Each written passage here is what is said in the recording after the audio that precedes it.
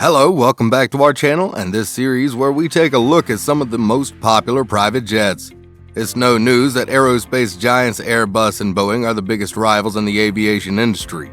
The complex and fierce battle has been around for decades, both developing the majority of commercial aircraft we travel on. The variant can see the long-standing competition between two aircraft manufacturing companies of aircraft they have produced. For most of us, a trip on an A320 or B737 happens far more often than a wide-body aircraft flight.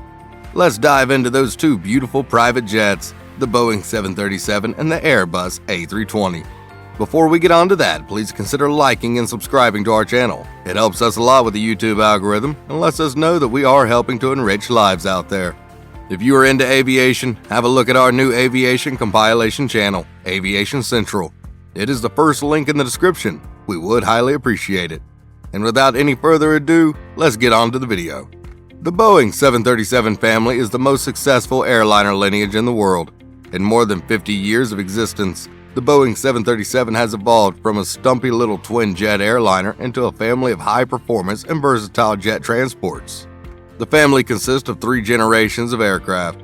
The earliest was the Boeing 737 Original, which included the 100 and 200 series. Then it was followed by the Boeing 737 Classic series, including the 300 to 500 series. And lastly, the Boeing 737 Next Generation, which started from the 600 series and is still going on with the 900 series. Orders for the first generation Boeing 737-100 and 737-200 were placed in 1965, and since then, over 6,000 aircraft were produced. The A320 family is one of the world's best-selling single-aisle aircraft families and is the preferred choice with traditional airlines and passengers, as well as with the fast-growing low-cost carrier market for which it is now the aircraft of choice. This single-aisle medium-range airliner first entered service in 1988, and more than 5,000 aircraft of the A320 family are in service today, with more than 8,600 ordered. The A320 family includes the A319 and A318 short-bodied versions, and the A321 stretched version. The A320neo is the most advanced A320 version. To make the A320 more attractive to passengers and therefore airlines, Airbus decided to make a wider cabin than their competitors, with an outside cabin diameter of 12 feet and 11 inches, or 3.95 meters, which stacks up well against the Boeing 737 at 12 feet and 4 inches, or 3.8 meters. A wider cabin aisle means more room for passengers and more passenger comfort while traveling. The fuselage curve of B737 is inward and narrower than the curve of Airbus. The curvature also tilts the cabin wall inward, so passengers don't have much room for maneuver on board B737. Make sure to watch to the end as we will compare the performance, interior, and price of these two jets. The cabins of Boeing 737 are typically arranged in a two-class configuration, with first-class passengers 4 abreast and tourist-class passengers 6 abreast, with 3 on either side of the aisle.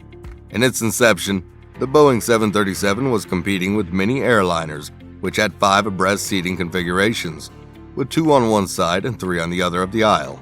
This made it feel more like intercontinental airliners of the day. The cabin can be accessed by 4 doors, 1 each side immediately behind the cockpit and 1 on either side at the very rear of the cabin. 2 over-wing emergency exits on each side of the cabin consist of removable hatches, slightly larger than the windows they encompass, which can be removed and thrown out of the cabin. The sky interior comprises design improvements that give a much greater impression of space than the standard offering. New larger stowage bins allow for more carry-on baggage, whilst at the same time being less obtrusive as they sweep up to the ceiling. The cabins are air-conditioned with a 3-wheel air cycle environmental control system. Air stairs are optional for the forward cabin, allowing the aircraft to operate at airports with limited facilities. LED lights are used which are brighter but can also vary in brightness to change the cabin mood from white to soft sunset colors. Airbus A320 boasts a cabin width 7 inches wider than its competitors. This allows for flexibility of choice with the options to accommodate 4, 5, or 6 seats abreast layouts. This also gives the opportunity for wider seats and/or wider aisles, making it popular with travelers.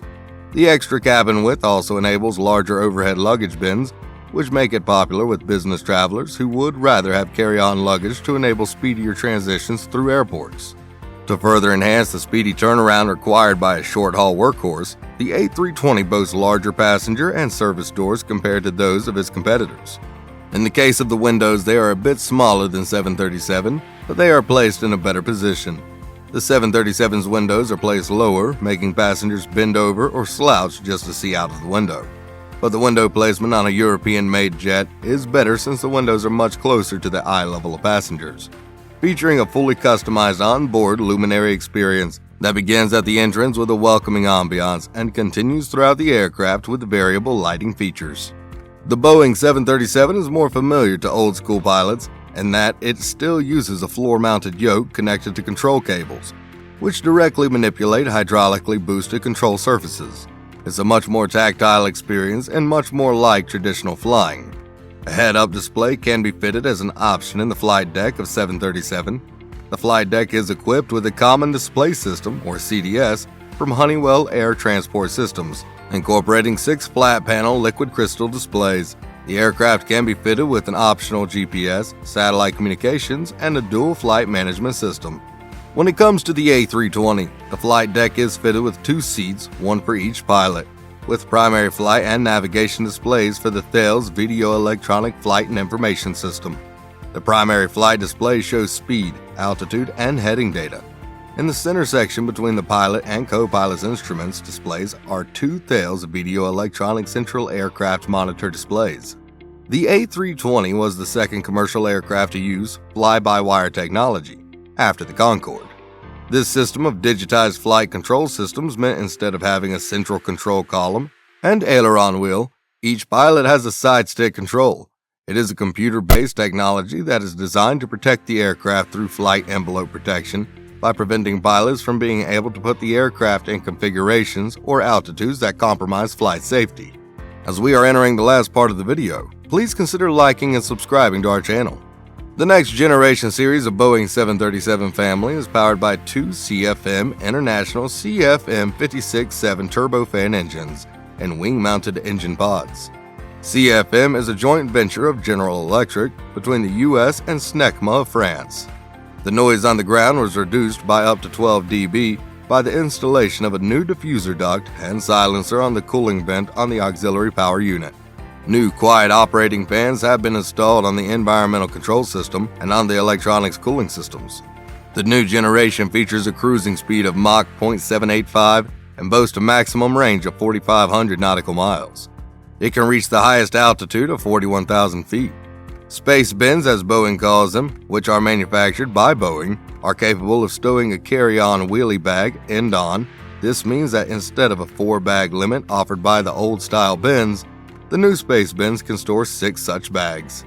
In an effort to keep improving their narrow-body workhorse, Airbus now has offered the A320neo.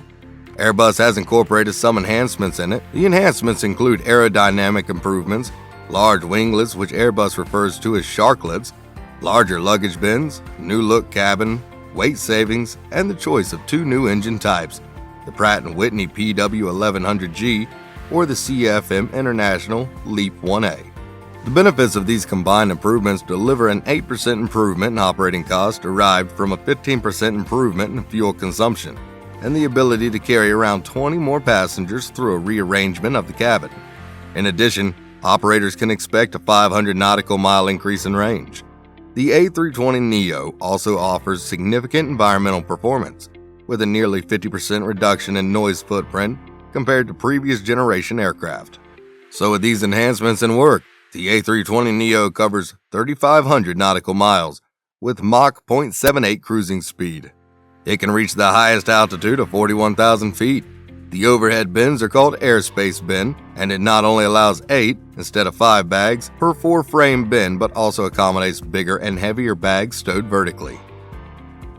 The next generation Boeing 737 has a starting price tag of well over $100 million. If you want anything from the classic generation, then the average price of a pre-owned Boeing 737-300 is $30 million. The A320 lists for $101 million, while the A320neo has a $110.6 million entry price. Pre-owned A320s can cost around $50 million.